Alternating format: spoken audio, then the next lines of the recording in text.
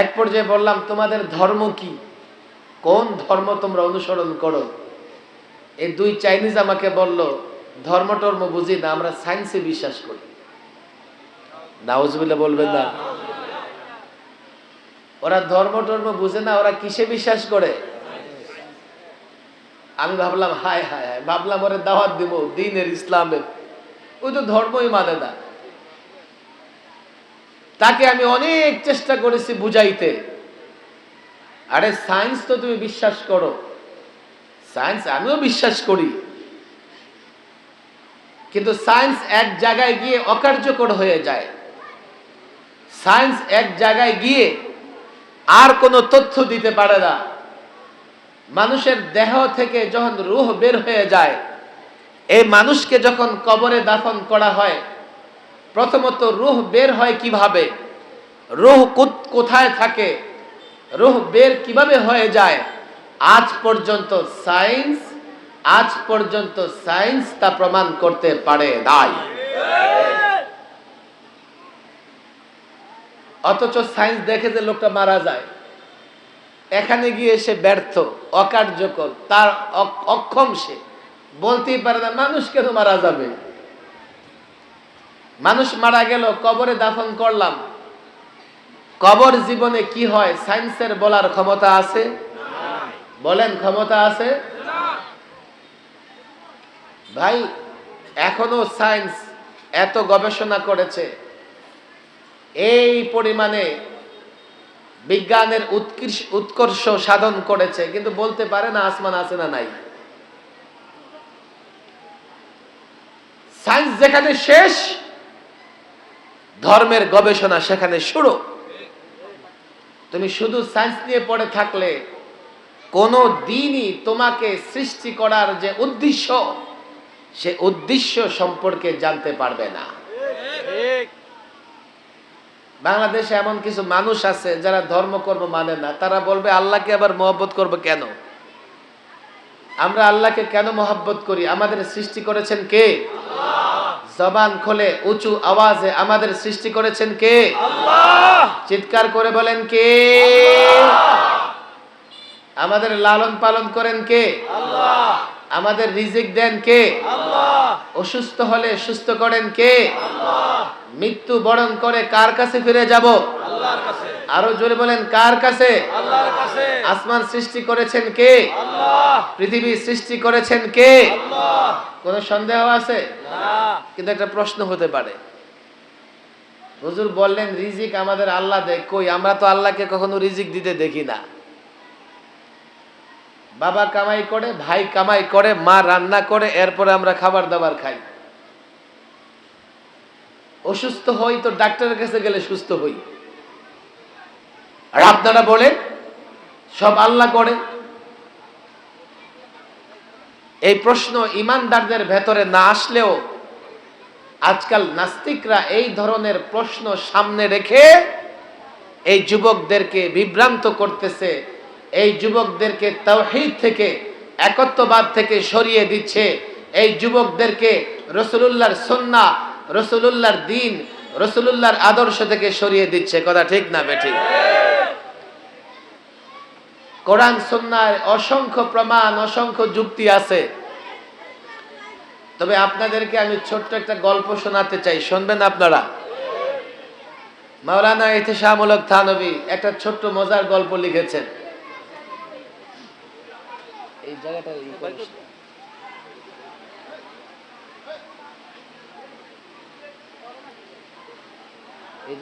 খালি করে রাখতে হবে,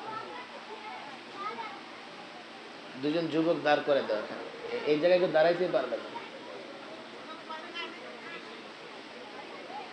এত আওয়াজ করে কানের কাছে বাচ্চাটা। গল্পটা বলবো না শেষ করে দিব? ডানে বায়ে যারা আছেন, আমার মনে হয় অসংখ্য লোক চলাফেরা করতেছে, কেন যে আসে না? আপনারা আমার কথা শুনলেই কি মানতে হবে? বলেন, আমার কথা শুনলেই মানতে হবে? আমি আমারটা বলে যাব, যদি কারো মনে হয় মানবেন, আমি তো বাধ্য করতে পারবো না মানাইতে। আমি জোর করে আপনাদেরকে কোনো বিষয় মানতে বাধ্য করতে পারবো না। আলোচনা শোনেন, আল্লাহ যদি হেদায়েত দেন আপনাদের বুঝে আসে মানবেন।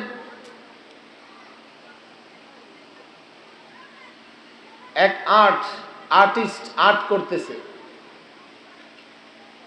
যে আর্ট করতে পারে দেখবেন সে কাগজে মুহূর্তের মধ্যে ফল মূল বৃক্ষ তরু লতা নদী নালা আর্ট করে ফেলে, মনে হবে একটা জীবন্ত শহর। তার আর্ট পেপারে একটা পিঁপড়া ঢুকছে, পিঁপড়া ঢুকে তো বড় অবাক, হায় হায় কলমের এত ক্ষমতা। এই কলম নড়াচড়া করতেছে, নদী নালা খাল বিল বৃক্ষ তরুলতা ইত্যাদি সৃষ্টি হয়ে যাচ্ছে।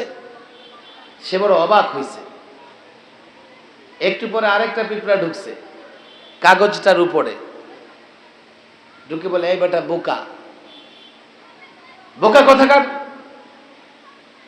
তুই কলম দেখে অবাক হয়েছ, তুমি আশ্চর্য হয়েছ, একটু উপরের দিকে তাকাও তো কলমের উপরে কি আছে? বলেন, কলম কি নিচ থেকে নড়ে না উপরে কিছু আছে? কি আছে বলেন? বলেন কি আছে? তুমি কলম দেখে অবাক হইছো? এই যে আর্ট হচ্ছে এটা কলমের শক্তি মনে করো? এটা কলমের শক্তি না, এটা হচ্ছে হাতের শক্তি। হাত কলম নাড়ে তো কলম নড়লে সুন্দর আর্ট হয়, কথা ঠিক না বেঠিক? একটু পরে আরেকটা পিঁপড়া ঢুকছে, ঢুকে বলে, তোরা দুইটাই আহামক, তোরা মনে করেছিস হাতের ক্ষমতা।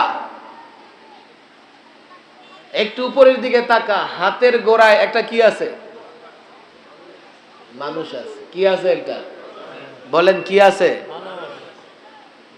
হাতের ক্ষমতায় আর্ট হয় না মানুষের ক্ষমতায়? কত দুইটাই বোকা, আবক্ষ থাকার। হাতের কোনো ক্ষমতা নাই। মানুষ হাত নাড়ে, হাত কলম নাড়ে, কলম নাড়লে সুন্দর সুন্দর সিনারি হয়ে যায়, কথা ঠিক না বেটে? তাহলে বুঝতে পারলাম সব ক্ষমতা কার? বেটা ভালো করে বল, কার?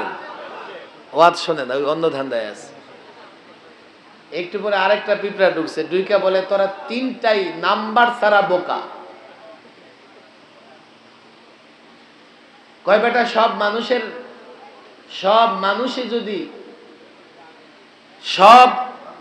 মানুষেরই যদি আর্ট করার ক্ষমতা থাকতো সব মানুষ আর্ট করত। তাহলে বোঝা গেল এটা মানুষের ক্ষমতা না। আপনাদের সবার হাতে যদি কলম দেই সবাই আর্ট করতে পারবেন? তাহলে ক্ষমতা মানুষের কেমনে হলো? তোরা তিনটাই বোকা, নাম্বার ছাড়া বোকা। কত ক্ষমতা কার? মানুষের মাথায় একটা মেমোরি আছে। যার মাথায় আর্ট সংক্রান্ত জ্ঞান আছে, ভালো করে বুঝেন, সেই মানুষ যদি হাত নাড়ে, হাতের সঙ্গে কলম নড়ে, তাহলে সুন্দর সুন্দর ফল মূল দৃশ্য ইত্যাদি হয়ে যাবে, কথা ঠিক না বেটি? এবার একটু খেয়াল করে দেখেন, মা রান্না করে আপনাকে ভাত খাওয়ায়, বোকা পিঁপড়ার মতো চিন্তা করবেন না, একটু একটু বুদ্ধিমানের মতো চিন্তা করে দেখেন, মা যেই জিনিস রান্না করে এটা উৎপাদন হয় কোথায়? মাঠে, জমিনে। কোথায় হয়? আচ্ছা, এবার খেয়াল করে দেখেন, যদি মাঠে জমিনে ফসল উৎপাদন না হয়, মার কোনো ক্ষমতা আছে যে রান্না করতে পারবে? বাবা ফসল কেটে ঘরে উঠায়, আল্লাহু আকবার, এই মুসলমান চিন্তা করে না, চোখে যা দেখে মনে করে এটাই সব। একটু গভীরে যাও, ভিতরে যাও। কোরআনে কারিম তো আমরা তেলাওয়াতই করি না, কোরআনে কারিমের ব্যাখ্যা অনুবাদ কোত্থেকে জানবো? কোরআনে বিষয়গুলো বিস্তারিত বর্ণনা করেছে। তুমি কৃষক, জমিনে একটা ধান ফালাও, ধানটা মাটির নিচে যায়, মাটির ভেতরে গিয়ে পচে যায়। এই পচা গাছ থেকে অঙ্কুর, পচা গাছ থেকে অঙ্কুর, এই পচা গাছ থেকে অঙ্কুর কে সৃষ্টি করেন? আল্লাহ। বোকা পিঁপড়ার মতো চিন্তা করো না, বুদ্ধিমান পিঁপড়া হও। একটার পর একটা যদি পিছনে যাও, দেখবে সব কিছুর মূল কে? আল্লাহ। তাহলে আমাকে রিজিক কে দেয়? আল্লাহ। আমাদেরকে রিজিক কে দেয়? আল্লাহ। ওষুধ খাইলে রোগ ভালো হয়ে যায়? তাহলে তো ডাক্তারদের মরার দরকার ছিল না। ডাক্তাররা অসুস্থ হতো না। তাহলে সুস্থ করেন কে? চিৎকার করে বলেন কে? ভাই ঈমানের জায়গাটাকে দৃঢ় রাখবেন। যেহেতু সবকিছু করেন কে? মহব্বত কাকে করতে হবে? কাকে করতে হবে? এখন আল্লাহকে মহব্বত করতে হলে রাসূলুল্লাহর অনুসরণ অনুকরণ করতে হবে। কোনো সন্দেহ আছে? এই কথাই কোরআনে কারীমের আয়াতে বলা হয়েছে, তোমরা যদি আল্লাহকে মহব্বত করো, আমি নবীর ইত্তেবা করো। যদি করো, দুটা বড় পুরস্কার। কয়টা পুরস্কার? আমার দিকে তাকান, পুরস্কার কয়টা? ইউহিব্বুকুমুল্লাহ, একটা হচ্ছে আল্লাহ তোমাদেরকে মহব্বত করবেন। সুবহানাল্লাহ বলেন। এরে ভাই, আল্লাহ কাউকে মহব্বত করা এটা কি ছোট্ট বিষয় না বড় বিষয়? আরো জোরে বলেন, ছোট্ট বিষয় না বড় বিষয়? বড় বিষয়। কাউকে যদি মেম্বার সাহেব মহব্বত করে, মেম্বারের কাছের লোক হয়, তার দাপট কত জানিস? আমি মেম্বারের লোক, মেম্বারের ডান হাত, মেম্বার আমারে ভালোবাসে। কাউকে যদি চেয়ারম্যান ভালোবাসে, এমপি যদি ভালোবাসে কাউকে, মন্ত্রী যদি ভালোবাসে, প্রাইম মিনিস্টার যদি ভালোবাসে কাউকে, তো বাংলাদেশের মাটিতে আর তার পা লাগবে না, আকাশে উঠতে থাকবে। কথা ঠিক না বেঠিক? এমপি, মন্ত্রী, প্রাইম মিনিস্টার, বাংলাদেশের প্রেসিডেন্ট, ভারতের প্রেসিডেন্ট, পাকিস্তানের প্রেসিডেন্ট, গোটা পৃথিবীর যত বাদশাহ আছে, প্রেসিডেন্ট আছে, সব প্রেসিডেন্ট, সব বাদশার বাদশাহ কে? আল্লাহ। সেই আল্লাহ যদি কাউকে মহব্বত করে, এটা কি ছোট কথা না বড় কথা? তাহলে রাসূলের অনুসরণের মাধ্যমে আল্লাহকে মহব্বত করলে আল্লাহ আমাদের কি করবেন? মহব্বত করবেন। 1 2 ওয়াগফিরু লাকুম যুনুবাকুম, আল্লাহ আমাদের গুনাহ মাফ করে দেবেন। আমি আয়াতের বিস্তারিত ব্যাখ্যা করব না। আয়াতের পাশাপাশি একটা হাদিস আমি তেলাওয়াত করেছি, যেখানে রাসূল বলেছেন, লা ইউমিনু আহাদুকুম হাত্তা আকুনা আহাব্বা ইলাই মিন ওয়ালাদিহি ওয়া ওয়ালিদিহি ওয়ান নাসি আজমাইন। হাদিসের তরজমা অনুবাদ হচ্ছে, তোমরা মুমিন হতে পারবে না, লা ইউমিনু আহাদুকুম, তোমাদের কেউ মুমিন হতে পারবে না যতক্ষণ না আকুনা আহাব্বা ইলাই, আমি তার কাছে প্রিয় হব। কোত্থেকে প্রিয় হব? সবচেয়ে প্রিয় হব তার কাছে। কোত্থেকে প্রিয় হব? রাসূলুল্লাহ আমার কাছে সবচাইতে প্রিয় হবে। কোত্থেকে প্রিয় হবে? মিন ওয়ালাদিহি, সন্তান থেকে, ওয়ালিদিহি, পিতামাতা থেকে, ওয়ান নাসি আজমাইন, সমস্ত মানুষ থেকে। এর মানে তুমি আমি যদি রাসূলকে সন্তান, আপন সন্তান, মা বাবা, সমস্ত মানুষের চাইতে বেশি মহব্বত না করি, আমরা মুমিন হতে পারবো না। ছোট্ট যেটা খেয়াল করতে হবে, হাদিসে বলা হয়েছে কাকে মহব্বত করতে হবে? রাসূলকে। কাকে? আরো জোরে বলেন, কাকে? মুখ খুলে বলেন, কাকে? আর কোরআনে কাকে মহব্বত করার কথা বলা হয়েছে? আর আল্লাহকে মহব্বত করবে কার অনুসরণ করার মাধ্যমে? রাসূলের অনুসরণ করার মাধ্যমে। তাহলে বোঝা গেল রাসূলকে মহব্বত করতে হবে, রাসূলকে অনুসরণ করতে হবে। আর যার মধ্যে রাসূলের মহব্বত না থাকবে, সে রাসূলকে অনুসরণ করতে পারবে না।